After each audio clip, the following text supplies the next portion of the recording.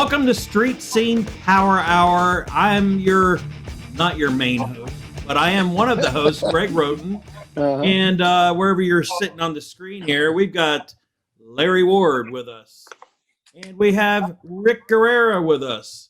And we're still trying to figure out what these two do here on this podcast, but we'll figure it out. Anyway, we've got the one, the only, TJ Tennant back with us to talk about nothing other but tires. So he's the tire guy. We are so excited to have him back. And like I said, Rick and Larry had hogged the last podcast up with questions, and I got screwed. So you know what? Okay, TJ, I'm only limiting you guys to a couple questions. Questions for you. Okay, here's what we're going to do. We're going to drop it to Larry. He's going to ask his half a question, and then Rick half a question, and I got the rest of the hour. I think you should start, Greg. No, we'll get it to Larry because I know he's got he's got a couple questions for TJ, and we'll get rolling here. All righty, TJ. Hey, welcome back to Armstrong Street Scene Power Hour. Welcome back. And I've got a couple tire questions pertaining to motorcycles. Are you ready? I am ready for a motorcycle, brother. Amen. Hey, when we talk about motorcycle tires and tread net, when you look at some of these front tires on these motorcycles, they look like the tread actually should be going the other direction. But when you look at the directional arrow on the tire, it's been mounted correctly. Why is that? I was in California teaching California Highway Patrol last week, and I got asked that same question, which is just crazy because I looked at it before, and I'm a motorcyclist, as you all know, but I looked at it and it did look visually, it looked like it was backwards. But motorcycle tires are designed to work together. The drive tire in the rear handles the acceleration forces and things like that. But when it comes to braking, 70%, around 70%, sometimes more, of the braking force on a motorcycle is applied through the front tire. So we know that. So the treads do two different things on that front tire. One of the things is to kind of quiet the motorcycle down. You don't get as much tire noise, believe it or not. They're different widths from each other and things like that. But as you turn and lean the motorcycle, it's really important to make sure anytime you place two tires on a motorcycle. How would that work? Same brand, because they're made to track and work together. So the tread patterns on there actually are designed to push water out. Unlike a car, if you look at a profile of a car, it's kind of like a wing on an airplane. So the faster you go, you actually build lift. So you have to have certain compounds and all this extra weight to keep the vehicle from hydroplane. Motorcycle, totally different animal as far as aerodynamics. A lot of wind around both sides, a little bit over the top, but that tire is designed to cut through the water and push it outward, even though it looks like it's pushing it up toward the front. It actually is not. It's actually pushing it out. That's a great question. And it's a pleasure to answer that because I looked at that one time myself back in my beginning days at my old alma mater, and I thought the same thing. I said, man, this thing looks like it's backwards, that the arrow's pointing the other way. It's actually designed to work a certain way. So again, I want to reiterate, whenever you replace your tires on a motorcycle, try to stay with the same brands because the front tire is designed to work with that rear tire. Okay. Yeah, I've got since we're talking about how tires should look and the tread pattern should go in that, in the old days, let's say 1990s, you had a bike, a K75S, it was a BMW, and you could run bias belted tires back in 85 and 86. And then along came, the radial tires. Now, I've seen some real jag-off moves where guys would run a bias belt on one end and a radial on the other end, and then have a problem just because of how the construction of the tire is, what the weight limits are, what the adhesive traction would be. So why don't you talk about that a little bit? Because I know you've had some history with that. Yeah, bias tires, there's two different types. There's actually three, but I'm going to show my age if I talk about the third one, but I'm going to tell you anyway. There's three different types of bias tires. There's a diagonal tire, which nobody calls it that anymore. They just call it a bias, no belt. And then there's a bias with a belt. And the way that you can tell the difference on the sidewall of the tires, you'll see the sidewall and they'll say a 180, 60 instead of an R for radial. It'll have a B for bias, and that's bias belted, bias with a belt, just like the radial motorcycle tire. Right. Or you'll just have a dash. If you don't believe me, go check it out. And that means those are bias ply tires. Now, bias ply tires handle weight much, much better than a radial tire would. But a radial tire handles better than a bias, and it handles temperature and heat and all those other things better than the bias. Now, typically, there are motorcycle manufacturers right now today who still place a radial on the rear and a bias on the front. You know, Harley does it with some of theirs. Indian does about 50% of their big bikes with a bias on the front and a radial on the rear. Somebody else does it too, one of the European models, but everybody still does it to a certain extent. But you will usually find it on a bike that's really heavy. Like, you know, the Indian Roadmaster, it's 850 pounds. You'll see a bias ply tire on the front, a bias belted tire on the front, and a radial on the rear. Now, the question that there's two questions you should ask. On a bike that requires radial tires, can I put a bias tire on there? That is not recommended. But in some cases with a big bike like that, that comes with a bias front and a radial rear, you can put that bias on the front, leave the radial on the rear under no and I do mean this very seriously, under no circumstances on a bike that came with a radial rear, ever put a bias, any type of bias ply tire on there, because it is not going to handle as designed. Fortunately, with most sport bikes, there are very few, if any, bias ply tires that'll fit those, but you definitely want to stay with the radial if you can. Also, be very careful if you get into a situation where you've got bias ply tires in an off-road situation or in some of the dual sports. Make sure that if you've got a tube type rim, use a tube in that tire, whether it's radial or biased. And also remember that you can use a radial tube in a bias tire or radial tire, but you can only use a bias tube in a bias ply tire. The friction rate, because those tubes stretch and contract at different rates or frequencies. And a radial tire is going to recover much quicker than a bias ply tire would.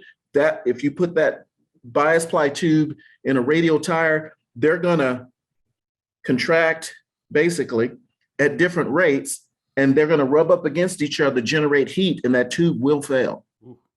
Well, here's the thing, and I think my thinking, I'm thinking it's the opposite, that a bias would go on the rear and a radial on the front, simply because of the turning and the handling, where you're going to tip in a lot quicker, with a radial than I would think a bias belt. And I thought a bias belt, because of the sidewall construction, to me, it would be sturdier and stiffer. That would be a better rear tire for a heavy bike, but that's wrong, right? That's wrong. The radial tire is designed with those radial plies to react quicker, to turn better. You don't get as much, for lack of a better term, squishiness in that sidewall. So it's a lot better to have that radial in the rear. And remember that all the turn-in forces and things like that are done, and you're kind of right, by the front tire. So if you can, make sure you follow the manufacturer's recommendations that are, I almost said door placard, that are on the swing arm on a motorcycle. And if it says bias front, radial rear, you definitely want to stay with that combination. Also, one of the things that I've found occasionally when I've gone to the motorcycle dealer to purchase tires for any of my bikes, that especially on my big BMW, the K1600, I ordered a radial tire and I got a bias ply tire. You want to check for that. Make sure you don't leave before you check for that. And the second thing you need to check for, because all these guys at the shops now are starting to get busy as the spring comes along, everybody wants their bike prepped. Make sure they've got it. The rotational arrow is in the right direction. Those are the two biggest things that I've found personally, right, that they make mistakes on with tires, with whether I need a radial and I got shipped a bias. And if you get a chance after the show, explain the differences to them. And also having the tire mounted backwards. That's probably the number one culprit. And then number two would be the biased. The other last question I have is, could you explain the difference between tube and tubeless? I've been fortunate enough to, just changing my Harley over to spoke from cast mags. And mags were, of course, tubeless. And most spokes, unless they're BMW, are tube. But this particular bike, I paid a little more money, and it had a build where it was tubeless. But can you explain the difference between the hooks on the tube and the tubeless, the difference between the two tires and why one's not good? Yeah, if you look at the small print on a motorcycle, because what you're saying happens a lot, people kind of switch them out, and they have a tube, they want to go to a different wheel, maybe a more classic wheel, and they want to go to a tube type tire or something like that. One of the biggest mistakes that people make is they go from a radial tire that has no tube, they decide I want a more classic look with spokes, and they get into a situation where they've got a spoked wheel that is designed for a tube type tire. You can do that, but make sure you use a tube. If it's a radial tire, it must be a radial tube in that tire, because that tire, a tubeless tire, is set up so that you don't have to put a tube. The inner liner in itself on that sealed wheel is what keeps the air in. Now, if you want to do a tube type wheel, even though you've got a tire that's designed to keep the air in it, if you read the small print on the side of that tire, it doesn't matter what manufacturer, they're all going to say, if you use a tube type wheel, use a tube. It's going to be in really, really small print on the sidewalk. Right. So it won't hook and seal on the bead. It will not seal properly on the bead. It's got a different rim flange, and maybe even a different drop center, which is where you drop the tire and get the other side in when you mount it. But make sure that if you have a tubeless tire and you go to a tube type rim, use a tube. That if you don't, you're going to find out very quickly that you should have used a tube, and it's going to be a painful experience that you will never ever forget for the rest of your life. If you want to get little scars on your arm that I got, and those are the real He-Man woman hater type tattoos. I didn't worry about going getting a needle. I just slid off my motorcycle without the here. They're called battle scars. That's for sure. Okay. All right. You guys? Oh, good. Oh, yay. Oh, go ahead, Rick. I'll let you go first because I got my list. Okay. So, Are you sure? Okay. Okay, TJ, I got a few questions for you. Okay. What is rolling resistance on tires? Rolling resistance is a term you're going to hear more and more about, especially as the whole nation, according to Joe Biden's, want to move to either electric vehicles or hybrid vehicles. And they're going to require more fuel efficient, which is a low rolling resistance tires. To define rolling resistance, the basic explanation or definition of rolling resistance is the force that it takes to push a tire across the surface. So if you have the right air pressure for the load that you're carrying, it takes less force. If you don't have enough air in the tire, it takes more force to push it across. And if you have too much air, it actually takes less, but you don't want to have too much air or too little. In the commercial business right now, everyone in the state of California, there's an organization called CARB, which is California Air Resources Board, and they determine aerodynamics on vehicles and fuel economy. And to go into the state of California in a commercial vehicle, you have to have a CARB certified vehicle and CARB certified tires. But everyone right now is moving toward the basically hybrid cars, which I don't like. I don't even own anything that gets more than 9 miles per gallon because I'm trying to keep Americans employed. But fortunately, I'm going to have to move the direction sooner or later as we buy newer and newer cars. And they want tires on there that have less rolling resistance, which gives you better fuel economy. Now, if you purchase a hybrid vehicle and you decide, I don't want to pay the extra money for the green tires or the low rolling resistance tires, you get a conventional tire to put on that vehicle, you will, not if, even if you run the right air pressure, you will hurt the fuel economy of that vehicle that you spent all that money to get the low rolling resistance tires. And all manufacturers right now make a fuel economy tire or green tire or low rolling resistance tire. So you don't have to stay with the brand that you're with.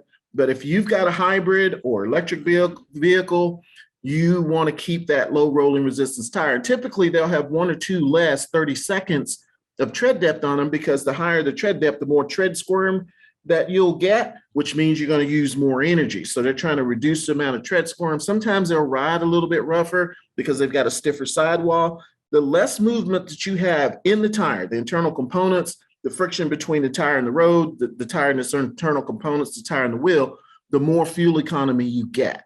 And that's the basis to a rolling resistance tire. That doesn't mean that you can't stop it in the rain or anything. It just means the force to push it across with today's technology. You get a better tread design, which is geared more toward giving you better fuel economy and those kinds of things. Sorry, I took a long way for that. That's all right. Hey, so what you're saying is a hybrid and electric cars, they're going to use different tires than your conventional cars? Yes, sir. They are very different tires. They are not like your conventional, and they will say fuel efficient or rolling resistance or green or something like that. You can go to your local authorized tire dealer and ask them what they have in a green tire that'll fit your vehicle. They will understand what you mean, especially if they go out and look and see that you have some type of hybrid.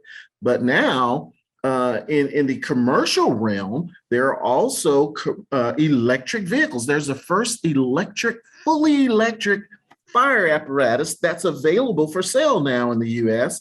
And that is starting to pick up quite a bit, even in that realm.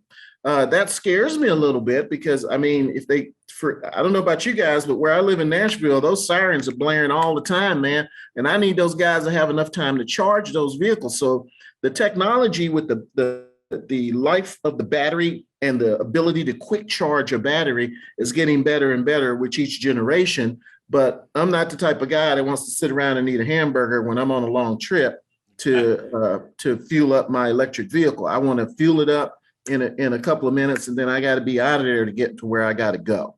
Yeah, I agree. Mm-hmm. Is a tire compound a major factor? Not only compound, but the tread pattern as well. The tread pattern on that tire both of them play a big role, because tires are made of rubber so that they conform to the road surface. Mm-hmm. And we need a green tire or fuel efficient tire to still conform to the road surface, but take less energy to push it across that surface. So there is a group of people, a forum that I looked at recently, and these owners of this particular hybrid vehicle decided that they would overinflate their tires so that they get better fuel economy. You will get, maybe, if you overinflate the tires on any vehicle, maybe 0.5 miles per gallon more. That's not enough to warrant that center wear that you're going to get, which means the tire is going to wear out earlier. And also, now you've got less footprint. Typically on one of those vehicles, all 4 tires on the ground are going to be equivalent to maybe the size of a sheet of paper. Now you've cut that in half, because you've maybe cut it even less than that, depending on how much air you put in it. So now you've got less footprint on the road. On a wet day, when you hit the brakes, the peak skid, which is what your anti-lock brake system and all those things work with, will not allow your vehicle to stop in time. So you actually increased your stopping distance. So you can achieve slightly more, slightly less rolling resistance, which means you get better fuel economy. Yeah. If you overinflate them, not recommended. You're going to reduce the lifespan of the tire. You're also going to have some issues with traction on the road, which you're already down on traction a little bit because it's a green tire, and you're going to totally reduce it even more exponentially, probably. Mm-hmm. One last question before I send it over to Greg. It's kind of a simple question, but everybody wonders about it. What's the proper way to rotate your tires? You know, there's a bunch of different ways to rotate your tires. The best thing you can do is look in your owner's manual. But what the tire industry is concerned with is that you rotate them. And there's different types of rotation, whether it's front wheel drive, rear wheel drive, all wheel drive, 4x4, and that kind of thing. If you can't remember, just go from back to front and then cross rotate them, or vice versa. And then you don't have to remember it. And the more aggressive the tire, the more often they need to be rotated. If you've got a mud terrain type tire, that sucker can't go over 3,000 or 4,000 miles before you need to rotate them. Otherwise, you're going to hear that whine on the road while, like I'm hearing here in Texas while I'm here. Now, but having a touring type tire does not mean you don't have to rotate it. You still have to rotate that tire, but maybe not as much. But I wouldn't recommend going over 5,000 or 6,000 miles, no matter what vehicle you have, because that can seriously extend the lifespan. And here's the thing: if you don't rotate your tires, when you take it in to the shop and say, hey, your tire didn't give me that 60,000 or 50, even 70 in some cases, 70 or 80,000 miles, they will be able to tell quite easily if you rotated them or not. I'm working a court case right now where the guy said he rotated the tires. He clearly did not rotate them. And there was a simple math formula that I was able to show that those tires were not rotated. Anytime you take them in and one's got X and one's got 2X and one's got 3X on tread depth, I know you didn't rotate them. So you're saying every 5,000 to 6,000 miles, then rotate the tires? You should, but I would definitely look in your owner's manual to see what the vehicle manufacturer says, or you can contact your local tire dealer, but the owner's manual is a little bit better. And also be aware that on most all-wheel drive and 4x4s, if you don't rotate them, one axle is going to wear quicker than the other. And in almost every case of all-wheel drive or 4x4, if you get more than 2 seconds difference between axle to axle, you got to buy new tires. Yeah. And that's an expensive proposition because you didn't rotate the tires. Now you got to buy. Guilty of that one. Yeah. Okay, Greg, it's all yours. All right. You know what? I'm glad that you guys took up 21 minutes and 30 seconds. I got a couple more questions too. You better get them out of the way because I've got a lot. All right. Go ahead, Greg. Here, I was telling TJ right before we got on that I've been looking for a set of Corvette rally wheels for my one car. I finally found a set, and I went and bought them yesterday. And the one had the tire cut off, but they left the beads. And I'm like, this is a story for TJ because I could not figure out why would they do that. Well, I figured out why, because when I went to try to pry the beads off, they were on. And I mean on. I had to take a grinder and cut through the steel belts down to the rim and peel the beads off of the pieces of tires with a chisel to get it had so much adhesive. And I'm like, thoughts on that, TJ? Why would they do that? That is usually done because when they placed the tire on the wheel, there was a small leak through the bead area. When they put it in that dunk tank, they didn't see any leaking around the valve stem. And what they're supposed to do, if they do see some leaks around the bead area, which is not uncommon, they deflate the tire and then reseat it, turn it 180 degrees, all those different things. And if they can't stop the leak, they're basically supposed to take that tire off, and the tire manufacturer will credit them for that tire and say, hey, I can't get it to seat on the bead. And they'll give them another tire, no charge. Shouldn't cost the customer anything, shouldn't cost the dealer anything. Okay. So bead sealer, which is, I don't think they used in your case because you typically don't have to chisel it off. I don't know what they use. Cement. I use concrete. I've never seen anything like that. Or take a Dremel or something and cut it off. Dremel wouldn't have cut that one. Hopefully there was no damage done. You were very careful and there was no damage done to the bead when you do that. The only time that sealant should ever be, let me put it a different way, should never be used on your personal vehicle that you're going to use on the street, whether it be car, motorcycle, any of that. No bead sealer, no adhesive, no bead, none of that stuff should be used. If you got to use that, there is an existing problem that has not been addressed and could be fatal, literally fatal later on. Wow. So what you need, what the installer needs to do is try to narrow it down to whether it's the wheel or the rim or the tire. And then once he does that, it can be time consuming. That's why they don't like to do it. You may have to switch that tire to a different rim and just qualify the tire. Okay, it's not the tire, then you know it's the rim. Then you got to tell a customer bad news. Hey, you got to get another wheel. Or in some cases, there are some people that will true that wheel if it's not perfect in circumferentially as far as having undulations in the rim and in the lip of the rim and things like that. But under no if the tire will not seal on that wheel and you've tried a different tire or that tire on a different wheel, then do not, and I cannot express this seriously enough, do not, as a matter of fact, if you read the warranty on your tires, that will void your tire warranty. Oh, okay. So even if you had bought new tires, that would have voided your warranty because there was a pre-existing issue with the tire or the wheel, and it wasn't addressed by either the vehicle owner or the hopefully authorized service center. Okay. I won't mention names. I won't mention businesses here, but I know somebody that works at a tire shop, and they actually use the bead sealer because this person loved the bead sealer. Or buy it. Now I'm like, as of today, as of this podcast, I realize that you're not supposed to use it because I've been guilty of using it.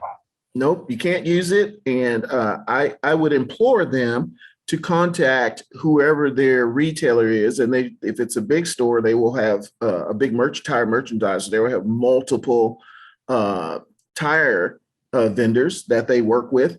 They can, and the same thing, the listeners of this podcast can actually go to whoever the manufacturer of your tires are, Goodyear, Michelin, Bridgestone, whoever, and just Google on this way, Bridgestone passenger car tire warranty. It'll give you a PDF that you can download, you can print, and you can read what it says, do not cover, will not cover under warranty. And that will be listed under there. You are not allowed to add anything or take anything away from the tire because now you've altered what the tire and the rim package is supposed to do. And they're going to say, okay, what is this gook that you have on here? Or even fix a flat or improper repair. Now, I'm not saying that if your family's in a bad situation that you shouldn't do what you got to do to get your family to safety. And then you go to the store and see if the tire can be repaired properly. But in this situation, clearly, there was some air seepage between the bead of the tire and the flange of the rim. And they opted to put in this adhesive for whatever it was. And often, depending on the type of adhesive, it could have some alcohol-based products or something like that. And then you get a situation where you could get rust, you could get damage to the metal products or you could melt the rubber gauge off the bead. And there's a myriad of reasons and things that you can do to not put the sealant on there, and a myriad of reasons to not put that sealant on there. It's just not. It is not a good thing. It's not a good thing. Don't put any kind of bead, sealant, or adhesive on your personal vehicle. So, if you get it, you're listening to Street Scene Power Hour, and if you get anything out of this, listen to that, because if you're going to get a new set of tires on your vehicle and you see that black bead seal on, that is not supposed to happen on new tires. Or even I know some companies put used tires on. I know some of these local businesses. Now, I guess you can't do that. You can, but it's really not recommended. And it's unsafe. That's the biggest thing. Exactly. I mean, how much do you value your family? Is your family worth, I don't know what used tires cost, maybe $100 for a set? I don't know. Yeah. Whatever they cost, is that the price you want to put on the lives of your family, your wife, your kids, and all that? I'm not willing to do that. I have a question then. Up around here in northeastern Ohio, when we, like just the last 6 weeks, we've gotten temperatures daily at or below freezing. And you have some of these rims that are not steel, but they're like a non-ferrous metal, like a magnesium or this or that. They will lose air pressure. When they lose air pressure and you go back to the dealer, the first thing to do is take them off, get a grinder, grind the stuff, clean on the rims, and then they'll put a sealer on the inside of the bead area of the rim, and then put the tire back on. That's what they do around here. That's what I'm talking about. That is every tire shop does that. That's a no-go. There you go. That's what I was saying. It's got to be Northeast Ohio. If you read after the show, I invite all of your viewers, including yourselves, to go to whatever brand that you have on your car, Google that brand and use these words, whatever the brand is, Goodyear, whatever, Goodyear passenger car tire warranty brochure. You can download it and look for, just do Control F, and then type in does not cover, and boom, it's going to be in there. You alter that tire in any way. I'm not sure why they're doing that. I've never heard of that before, and I can assure you that the tire manufacturers will say that should not happen. There is no tire manufacturer that I know or work with that would say that's okay to do. Because depending on that sealant, if that sealant's got petroleum products in there, that means it's affecting the integrity of the rubber around the bead area, and you just voided the warranty on all 4 of your brand new tires you just bought. Wow. You know what? I know the shop that this place is that bought the bead sealer at O'Reilly's. It's where they bought it from. So, obviously up here in the Northeast Ohio, Western Pennsylvania, where we're based at, the corrosion on the beads letting loose is a real problem, especially on the alloy wheels. I guess maybe you're taking them in. They don't want to sit there and take a steel brush to them or what, and just they got to clean them. They got to clean them, because if they don't, and I know you guys actually do a better job than we do in Nashville in taking care of your roads. You can go up there and there's 10 feet of snow off to the side, and but you got a lot of potholes. That's the that's what I say. This is pothole time right now, boy. I'll tell you. But I want you to remember, for every 10-degree drop in temperature, you're going to lose 1 psi of air pressure. For every 10-degree drop in temperature, ambient temperature, you're going to lose. So it may not be coming from the wheels. It may be because, we're coming up to spring, and in the daytime it's 40 degrees, and at nighttime it's 0, or maybe in the daytime it's 50 or 60 degrees, and at nighttime it's 20. You get in your car in the morning at 4 or 5 a.m. That's when it's at its lowest. It could be from that, but there is no excuse. There is no excuse. Yeah. Okay. There is.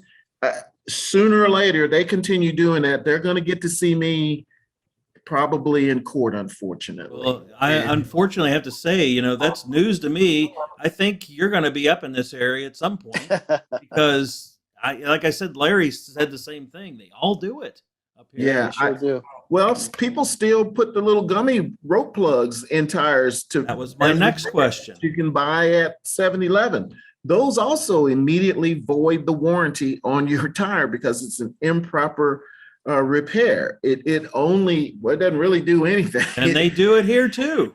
Still do that. They still do it at some tire shops, but that doesn't mean that it is the right thing to do. They got to slow down. And I know all the tire shops are busy. I mean, those guys are busy, but either do it the right way or just don't do it at all. Okay. Those are the only 2 options they should have. What's the right way? As far as repairing a tire, or say you got a nail in it or something like that. Instead if you get a nail in it, there are a few agencies who write, and they even sell the wall posters for how to properly repair a tire. One is the USTMA, the United States Tire Manufacturers Association. The other one is TIA, the Tire Industry Association. You can go to their websites, and I think for $2, you can print, or they'll send you a wall poster on how to properly repair a tire. So basically, the tire has to be removed from the rim, inspected internally and externally. Okay. And then there's some processes. It can't be more than 1/4 inch. It can't broken more than X number of body plies and all that. Then you have to seal it from the inside with a patch. You also have to plug the injury from the outside, because you've got steel belts in there. So it has to be in the belt package. You can't be in there's 2 ways of doing it then. Okay. Yeah. Or you can get a little mushroom plug that has both attached together and push it through. But you've got to inspect the tire to make sure it's even repairable. Also, the reason that you have to take it off, because typically anytime you've run a tire with more than 20% insufficient air pressure to carry the load, you've damaged that tire. So when they look at the inside, you want to look for crinkling in the shoulder area. Worst case scenario, rubber dust or rubber pebbles or something inside the tire. That means that tire is done. It may look perfectly fine on the outside, but it is done. I don't know how many cases I got, basically all of them. No kidding. That we were probably an improper repair, or somebody repaired something incorrectly, or they didn't take the tire off and inspect it correctly, and then bam, something happens. And in a lot of cases, there's a death, or somebody's a paraplegic, you got to write a big check then. And it doesn't matter. There's no crying after that. It happened. You allowed it to happen. The dealership allowed it to happen. And we're going to go after them. And my staff works on the prosecution side and the defense. We're about 50-50. If you don't have a case and you try to come to Tennant and Associates and say, hey, we heard you guys are really good. Once we look at your case, we're going to say you don't have a case. This is why. We won't even charge you then if you don't have a case. But we don't charge you because you're going to have to write a big, I don't care how good your attorney is. It ain't about the attorney. It's about the expert that you have in a case like that. You get somebody like us on the other side. We haven't had a case even go to court since we started because we are extremely thorough in what we look for. And then we're going to ask the attorney there's a thing called discovery where we ask you for all your documentation, or the attorney asks the other attorney, then they ask you, and you got to produce it. It's not optional. And then you got to say everybody that you went to with that car to have service done. And I want you to remember this also. A lot of places that just did engine work or transmission work on their exit form, they have a thing that says they're supposed to check the tires. They don't have to take them off, but they got to check air pressure. They do that wrong. They get a percentage of the liability. So it's really, really important. And I'm really happy you guys had me on this show to help your viewers educate themselves about tires, because unfortunately, very, very, very few people really understand tires, how to use them, and how to properly repair them in any application: motorcycle, passenger, light truck, commercial, mining, ag, off-road, DOT, non-DOT. They don't understand tires. And look how much you guys have learned just from having me on here for just a few minutes today. Sure. It is really imperative that you educate yourself. One of the best ways is to download your Tire brand's warranty brochure. See what your manufacturer says about your tires on your vehicle, how they should be repaired, what is warrantable, what is not warrantable, how do you maintain a warranty. Those things are very, very important, and I highly recommend they download the warranty brochure. Okay. DJ, how many people are we talking in your company, your Tennants and Associates? We got 5 people, and we are global. I just had a call from Australia. And we have a court case that I'm going to have to deal with in Australia in a couple of weeks. So, and this phenomenon of not understanding tires is a global problem. It is not just in the U.S. The U.S. has a lot more cars than other countries have by far, but it is a global phenomenon in understanding what your DOT means, how much air pressure. I just read an article from someone who said this article was so wrong, I thought my head was going to pop off my shoulder. In this article, he said you can overinflate your tires on a pursuit vehicle. Our law enforcement. That ice skate all over the concrete? 6 to 10 times over the maximum air pressure. Yeah. It explode. Instead of 41 PSI, you can put 410. The heat. All that heat and friction, what would that do? There is so much misinformation. Oh, I don't even want your consumers that listen to this podcast to believe me. I want you to do due diligence yourself. Pull up the manufacturer of your tires warranty brochure, question it, call them. There will be a 1-800 number. You can talk to technical services. This show isn't long enough. We just came from California Highway Patrol educating them on tire forensics for a 3-day class. Yeah, believe it. Wow. 24 hours of just tires and tires only, and it wasn't enough. And you were probably loving every second of it, right, TJ? Man, I almost slobbered just now thinking about it. I have a question about tires. Yes, sir. I bought a new set of tires, and when I took my tires off on the rear, I rotate them, but I also have a spare set of snow tires. So this year it was important to put them on. So I inspected the tread of these tires that got less than 5,000 miles.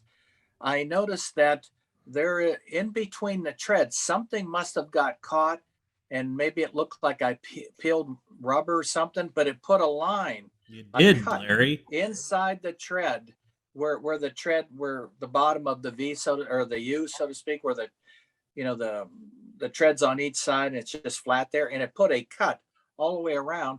And the guys where I bought the tire said that's not warranty.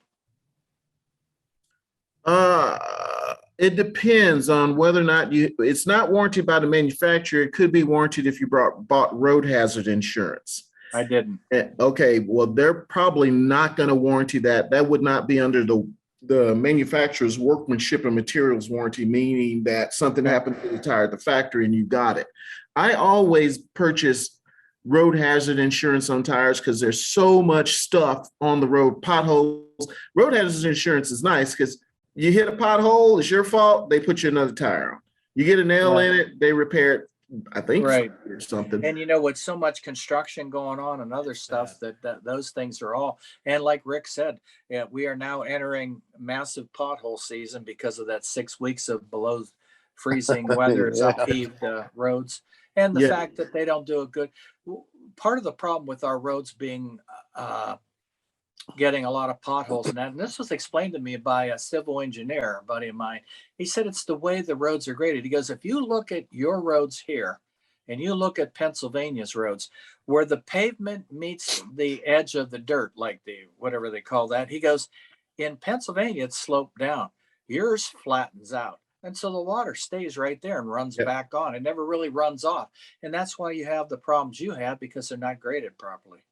I said, oh, cool. That, and also that water causes whatever that material that they use to make the road surface, that water seeps down in, because all that stuff is porous. It seeps down there, and as the water freezes, that stuff expands and contracts. And or you can get ruts in there if you're using mostly asphalt, depending on the grade and the mix and that kind of stuff. So he's right. Having water that would lie on the road surface it's just not a good thing. It's not a good thing where you guys live, because that water can also freeze and turn into ice. There's just a big deal. Now, one of the things that I was asked about is snow chains versus winter tires, which is better. Winter tires today, wow, they are so good. They are so good that when I was working in my previous life at one of the big tire manufacturers, we rented an ice skating rink and tested the tires on the ice, and you could hear the tires actually chirping on the ice, biting on the ice. But one of the things that you need to understand about using winter tires is when they're 50% worn, then basically they're all season tires. And as I said earlier, tires are made of rubber so they conform to the road surface. So winter tires aren't just about snow and ice. They're also about maintaining their integrity and their handling capability in cold weather. So if I'm driving my little sports car and it's got high performance tires on it, which are basically summer tires in the winter, all the little electronics are just on trying to control this thing, then there's nothing they can do, because ultimately the only thing that's in contact with the ground is the tire.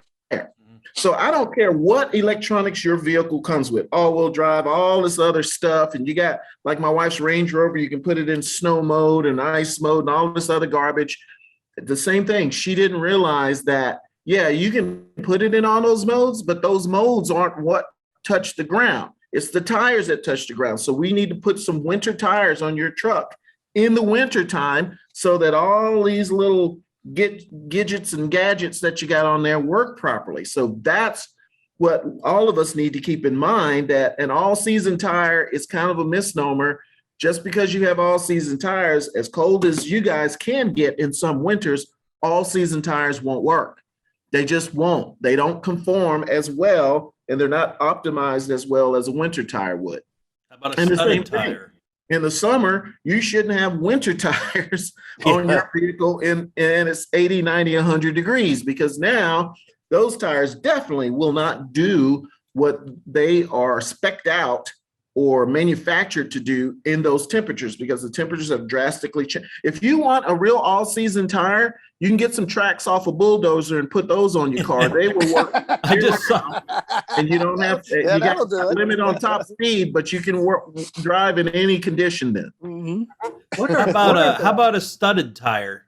I don't hear much about them. Not like it back in the 70s. A lot of states don't like studded tires because, number one, they damage the road surface, and a winter tire, an official winter tire or snow tire will not damage the road surface.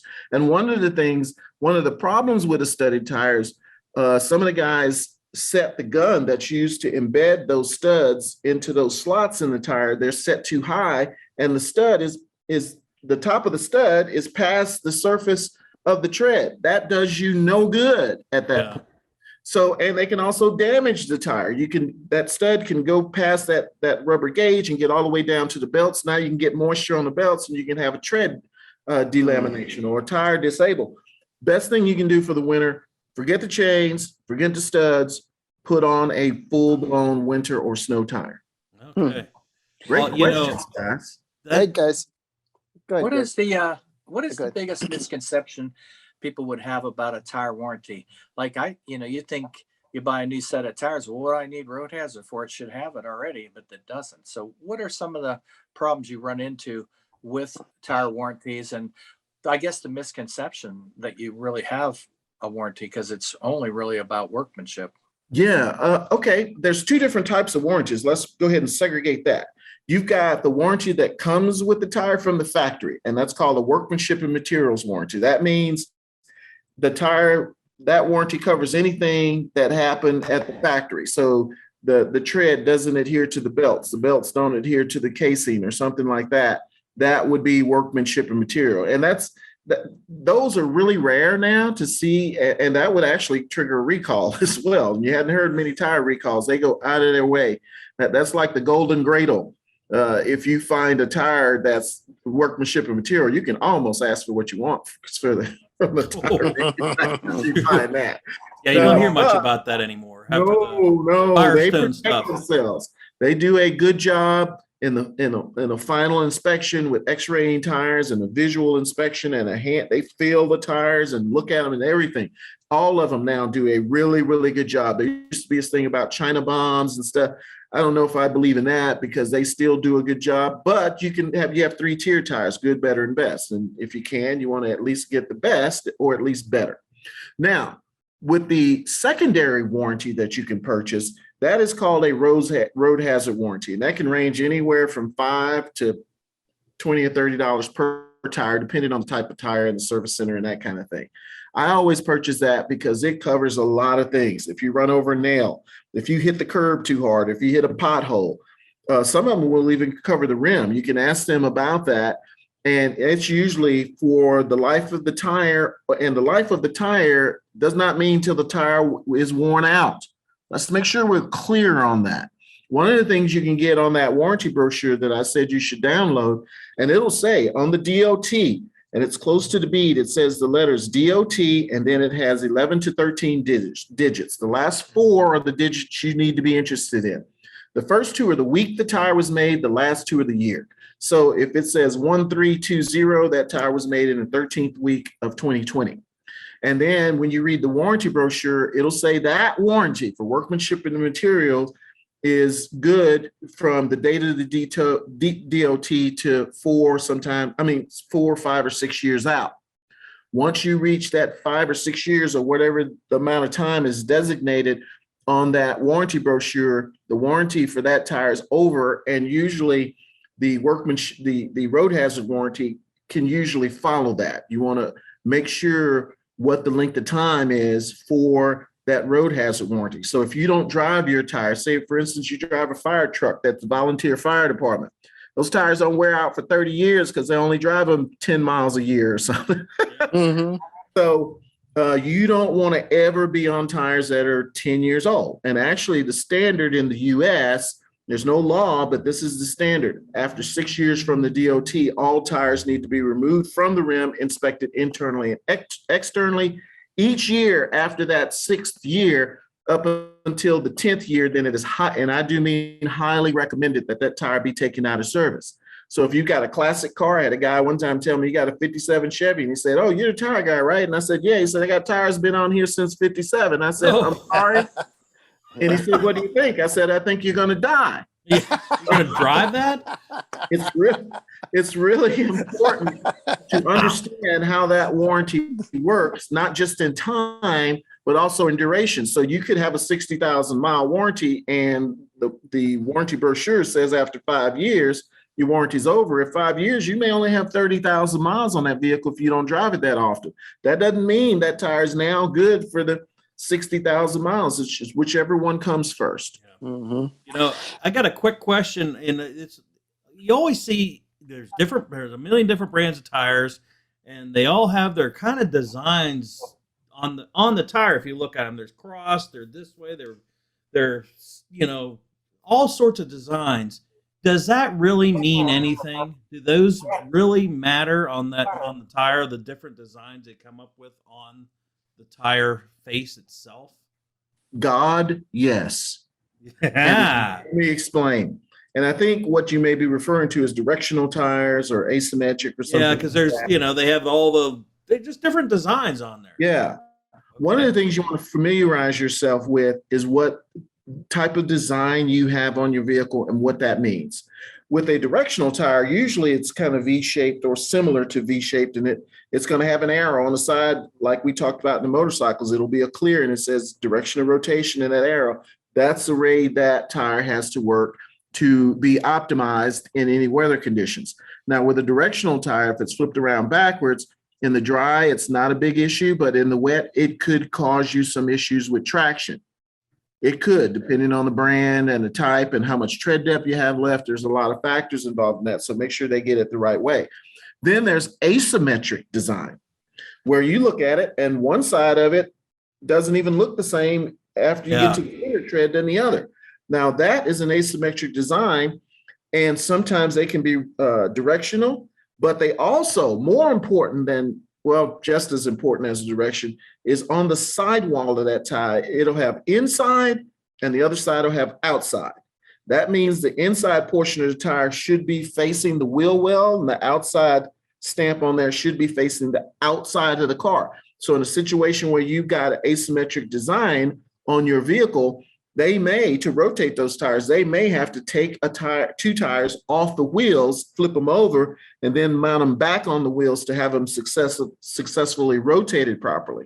Okay. So if you have a directional set or an asymmetric set, for asymmetrical, you want to make sure that if it says outboard, or if you look at it and it says inside on the shoulder, Houston, we got a problem. They got to go back and change that around. If it's directional and the arrow is not going in the direction the tire's rotating, we got another problem. Take it back to the service center and say, hey, I think you got this wrong. Better yet, check it before you leave, and then you don't have to go through the headache of them trying to deny that they did it or something like that. So ultimately, the onus is on the vehicle owner. Otherwise, you're going to have to prove that they did something wrong in court. And let me explain that. That is a cumbersome and probably an expensive alternate to doing a little bit of due diligence and checking those tires before they leave the service center. But the biggest advice I can give to any consumer that's listening to this freaking awesome show is that you got to do due diligence and understand what you have on your vehicle and do your homework. It's really, really important to do your homework and understand what you have on your vehicle, what you can go to, what you have, and what you shouldn't have on your vehicle. Okay. Sounds good. Hey, TJ, I know a lot of guys build up these cars, make them go fast, muscle cars and all that. What is speed rating on tires? Oh, speed rating is awesome. Speed ratings, man, I think they've been around since tires. And typically they're going to be found at the end of the tire size designation. In other words, it'll say like a 305/30R, which means radial, 45. And then after that, it'll have some numbers, usually 2 or 3, but they go from 0 to 150, I think. And then after that, there'll be an alpha, which is a letter of the alphabet. And the numbers that are on there is a load index. When you get a chance, Google it, load index. That number that's on there corresponds to the maximum load carrying capacity of that tire at max pressure. As a matter of fact, if you read the sidewall of the tire, it'll say this tire will carry a maximum load of blah, blah, blah at max air pressure of blah, blah, blah. That doesn't mean that's what you set the air pressure at. The air pressure is determined by the load that's carried on those tires, and you should look at your door placard if you still have the same size tire as what came as original equipment.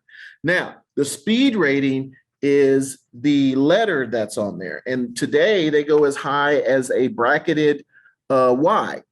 And on ultra high performance vehicles, a lot of even motorcycles now, Corvettes, Ferraris, Lamborghinis, they will have a Y or a bracketed Y or a W and a bracketed W. The Y is for speeds up to 186 miles an hour. The brackets or parentheses around them mean for sustained speeds over 186 miles an hour. W is 168 miles an hour. Bracket is over 168. Then you got V to 149, H, and that kind of stuff. So what does it mean? I was in a store one day, and this kid was in there with his Mustang Roush. In brand new, beautiful car, beautiful. I mean, I've almost asked for the keys, and he's in there with his mom. He's 16. Hey, kill himself in that car. Yeah. Mom was trying to kill him indirectly. She didn't know it, but she was trying. So they go in, and this car had bracketed Y for speeds over 186. So she went in and she said, well, he doesn't drive 100 miles an hour. Let's put the H-rated tires on there for 130 miles an hour, or the V's for 149. And what she doesn't understand, that speed rating is not just about speed. Speed is the lower portion of the problem with speed rating. Speed rating, say for instance, she had put the V-rated tire or the H-rated tire, 149, 130 on this vehicle. When this kid went to accelerate from the stoplight, the rear rim, because it's rear-wheel drive, would spin inside of the tire. Another thing that could happen is when he came to an abrupt stop, the rims would stop, but the tire could keep going. Ooh. Also, even worse than that, he's going around a curve fairly aggressive, not really speeding. He's just going aggressively around the curve. He's got H-rated on a vehicle that should have W or Y-rated tires, and the bead could unseat from the rim of the tire and become disabled, have an immediate air loss, become disabled, the vehicle's off the road. So I want you to understand the concept of performance isn't just about speed. Those tires, the high-end tires with a high-end vehicle like that, are designed to work with the suspension system. So when you go around the curve, the tread stays flat on the ground and goes around the curve to give you the best footprint. If you downgrade more than 2 or 3 speed ratings, that tread could roll over onto the shoulder, and then you got a less frictional surface and a surface that's not designed to come in contact with the road, and that vehicle lose control. So it's really, really, really, really important. If you buy a vehicle like that, before you buy it, some of the costs that you want to consider, you got a WY-rated tire, like on some of my toys, you're up in the $2,000 range for a set of tires in. Yeah. So be aware of, and also they're not going to get 40,000 miles. They're just not. So you got a lot of things to consider when you buy a performance vehicle and you're looking at that speed rating. That's very interesting. I'm going to have to interrupt you. We got like 2 minutes left in the podcast. I got a bunch more questions. Oh, here, come on. Okay, real quick. TJ, if people have questions, they can always email armstrongstreetscene@gmail.com, and I can forward your questions. How do they get a hold of you? What do they look for? I'm going to give them my email address, and they can always contact me. No. I'll do that, man. And my email address is easy. It's thetireguy@yahoo.com. And Tyre is the European spelling with a Y. So THETYREGUY@yahoo.com. All right, see? And you know what? I have to say, we need to have you back because I've been tallying questions. And you know what? It looks like Rick got like 42 questions in. Larry got 820 questions, and I got 4. So that means I have a whole list of questions still to ask. And okay, TJ, real quick before we end this, tell us about the guy behind you, the tire guy behind you, your logo. Oh, his name is Ron Flatt. Okay. And I bought Ron Flatt from a guy in South America. I was looking for a trademark or an icon. Cool. And I saw him on, I think, Google Images. I contacted the artist. He didn't speak English. I didn't speak Portuguese. And he called me back the next day with an interpreter. And I said, how much for it? And he says, what do you want it for? I said, I'm the tire guy.